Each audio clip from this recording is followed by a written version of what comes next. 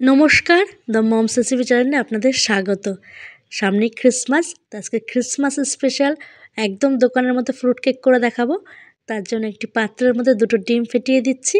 ডিমটা খুব ভালো করে ফেটিয়ে নেব, একদম ডিমের মধ্যে যাতে ফেনা ভাবটা চলে আসে। এই যে ফেনা ভাবটা চলে এসছে, এর মধ্যে দিয়ে দিলাম গুঁড়ো করে রাখা চিনিটা দিয়ে খুব ভালো করে ফেটিয়ে নেব, যাতে একটু ভালো দানা না থাকে একটু।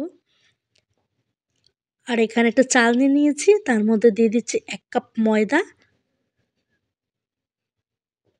হাফ কাপ বেকিং সোডা, আর দিয়ে দেবো 1 চামচ বেকিং পাউডার। দিয়ে উপকরণগুলো খুব ভালো করে চেলে নিচ্ছি। কেক করার সময় সব সময় ময়দাটা চালনিতে চেলে নিতে হবে, তাহলে কেকটা একদম পারফেক্ট হবে। আর দিয়ে দিচ্ছি 1 কাপ সাদা তেল। তেলটা দিয়ে খুব ভালো করে মিশিয়ে নিতে হবে। আমি একটা স্প্যাচুলা নিয়েছি, দিয়ে খুব ভালো করে মিশিয়ে নিচ্ছি। আর দিয়ে দেবো 1 চামচ ভ্যানিলা এসেন্স, দিয়ে খুব ভালো করে মাখিয়ে নিচ্ছি। দেখুন ব্যাটারটা কত স্মুথ হয়েছে।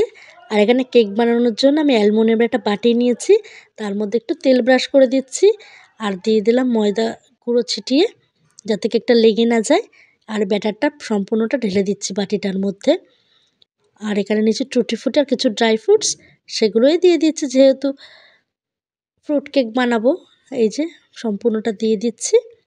আর উপর থেকে দিয়ে দেবো বাদবাকি ব্যাটারটা, দিয়ে একটু ড্যাব করে নিচ্ছি, যাতে ভেতরে বাতাসটা বেরিয়ে যায়। এই যে আমি 1 ঘন্টা ধরে একটা অ্যালুমিনিয়াম পাত্রের স্ট্যান্ডের উপরে বসিয়ে রেখেছিলাম। এটা প্রায় 1 ঘন্টা মতো লো আছে আমি বসিয়ে রেখেছিলাম।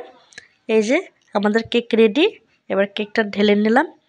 দেখুন কতটা সফট হয়েছে, কালারটা খুব সুন্দর এসছে। এই যে কেটে নিচ্ছি, স্বাদে কিন্তু কোনো অংশ দোকানের থেকে কম হয়নি। দেখুন কতটা সফট হয়েছে, বাচ্চা থেকে বড় সবাই পছন্দ করবে।